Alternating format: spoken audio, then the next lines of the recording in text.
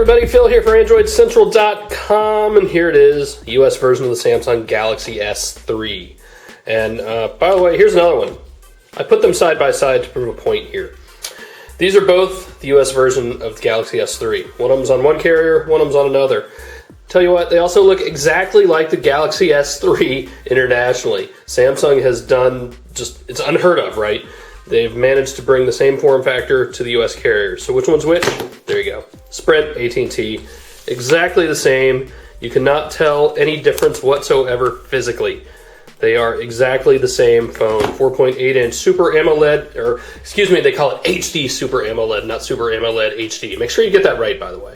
It's 4.8 inches. It's big, but it doesn't actually feel any bigger than any other 4.7-inch phone we've used. By the way, I've got a couple of them right here as well, right next to the HTC One X, and I think this one's charged up.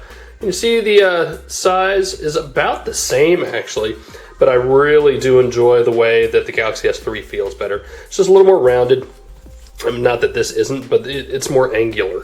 So I like the Galaxy S3. That's what we're here to talk about. So I'm actually going to kill two birds with one stone and show you both phones here, the AT&T version and the Sprint version. And this is the only difference on the outside, is the logo on the back cover. As long as we're back here, let's open them both up. 2100 milliamp hour battery in each one. And I'm going to mix these battery covers up, I guarantee it.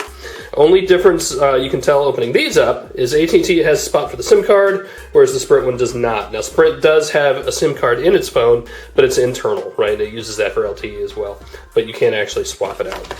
Popping the covers back on, and if you worry about this sort of thing, yes, they have the thin, flimsy covers. I do not worry about that at all, because who cares?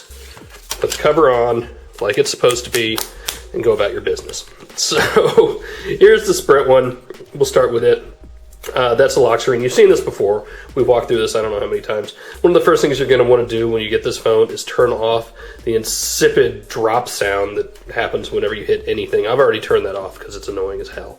So here are the home screens. They're actually pretty much the same on both versions. You've got a few Sprint apps loaded up on here, voicemail, Sprint Zone, and Sprint Hotspot. And those are all the Sprint bloatware you get. They've done a really nice job of not clunking up the phone with anything else. Can't say the same for Samsung. Samsung has a lot of apps already on here. The one that everybody's asked about, of course, is S-Voice, and we showed that off in London. If you remember, you can get to that by double tapping the home button. Hello, Galaxy. Hi. No, not call Martin. Sorry, I don't see a matching contact to call. I don't even know who Martin is. How much wood could a woodchuck chuck if a woodchuck could chuck wood? And you will see S-Voice recognize what I said. Oh, hey, it worked this time. Chuck if a woodchuck could chuck wood. Interesting, because I've had a bunch of times I've tried this since I've had the phone where it didn't work. But nice to see it's working now. This is not quite Siri, but it will do a lot of things, and there's a nice list. What can I say?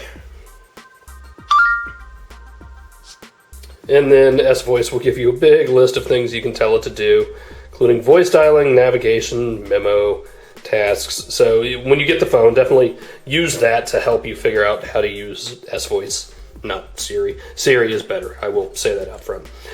Here's TouchWiz. I'm not crazy about TouchWiz. I think it has run its course. It has outlived its usefulness. The dock down here is totally customizable. Here's your app drawer. Now they have done apps and widgets, which is good. I like how those are separate, though I actually do like the old way that Samsung used to do things where you had, see if it pops up. Yeah, it's not the same as it used to be. It used to give you a preview of all your home screens, and now it's not.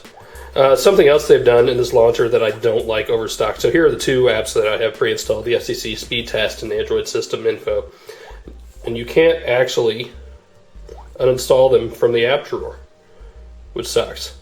I think we can probably get app info, and now we can uninstall. But I like being able to drag and uninstall. It's very quick, very easy. Something to remember about this phone. Now, remember in the app drawer, you do have a menu button. And again, that's all Samsung. They've gone menu button, back, home. And if you can see them barely light up here, because it's daylight. So they do light up, but they totally disappear, the buttons do, when not in use. I'm not a big fan of that either, especially because I keep forgetting what's where. You probably won't have that problem, not having 13,000 phones laying around. And at night, they get a little weird. You can't quite see it because it's not dark enough, but they have this little halo effect on them. Kind of looks cool, actually, but it's not as clean a design as I would like. So again, not a whole lot in the app drawer other than Samsung apps. I'll show you the notification pull down. So you've got some options here: Wi-Fi, Bluetooth, GPS, sound, screen rotation, mobile data, power saving, airplane mode, and sync. Something that is sorely missing from that is display options. I want to be able to change the brightness quickly, because actually I think the auto brightness keeps things a little low, but you have to go into the settings and then go into the brightness, change it yourself. I've got it turned up all the way for the video. My recommendation, download something that will add it there for you. Samsung, where is it? You've got 13 million other options there. As long as we're looking around, storage. So this is a 32 gigabyte model. AT&T only has a 16 gigabyte model, but as you saw, it does have micro SD, and both phones do that. So you've got about 12 gigs total for apps and everything else. And it's 6 and 6. No, sorry, you've got about 24. You've got 12 as internal storage and another 12 that shows up as an internal SD card. So quite a bit of storage, though you will have less on the AT&T version. Speaking of AT&T, let's just fire that up. You see I have customized the home screen on this a little bit. This is the lock screen. So instead of the phone, mail, S-Memo, that's their little memo note. I've got the camera out there, and Gmail, and the phone, and Google Voice. Unlock it, and see, I still really love that lock screen. It's a nice lock screen. I'll show you, I put Apex on here because, again, I'm not a fan of TouchWiz. We'll show you that in a second. But here is TouchWiz on the AT&T version, and here we have AT&T apps. Now, AT&T definitely has loaded this up more, and I've got a whole bunch of my apps on here too. So when you see SwiftKey and Carbon, Alpha Test, can't show you, TripIt and things like that, those are mine. But YP Mobile's on here, never used it, ever. What else is on here? My AT&T, I've actually used that. That's, can be handy when you're paying for it. All Share Play, that's Samsung's. So not too terribly loaded up from AT&T as well, but again, all the Samsung stuff is on here, chat on. Flipboard is preloaded as well, The Sprint version, you will get free Dropbox space. AT&T, you will not. But otherwise, these phones are exactly the same. Menus are exactly the same. Options are all exactly the same. AT&T hasn't really done anything. You do get the AT&T Wi-Fi hotspot, so that's cool. All right, I promised I'd do it just to tease you a little bit. Here's Apex Launcher, which gives you a much more stock experience, right? Very cool. I like it. That's the way it should be, I think. I will probably, at the very least, I will be running a third-party launcher and, in all likelihood, a custom ROM. So there you guys go, a one-take walkthrough of the AT&T and the Sprint Galaxy S3. See you later.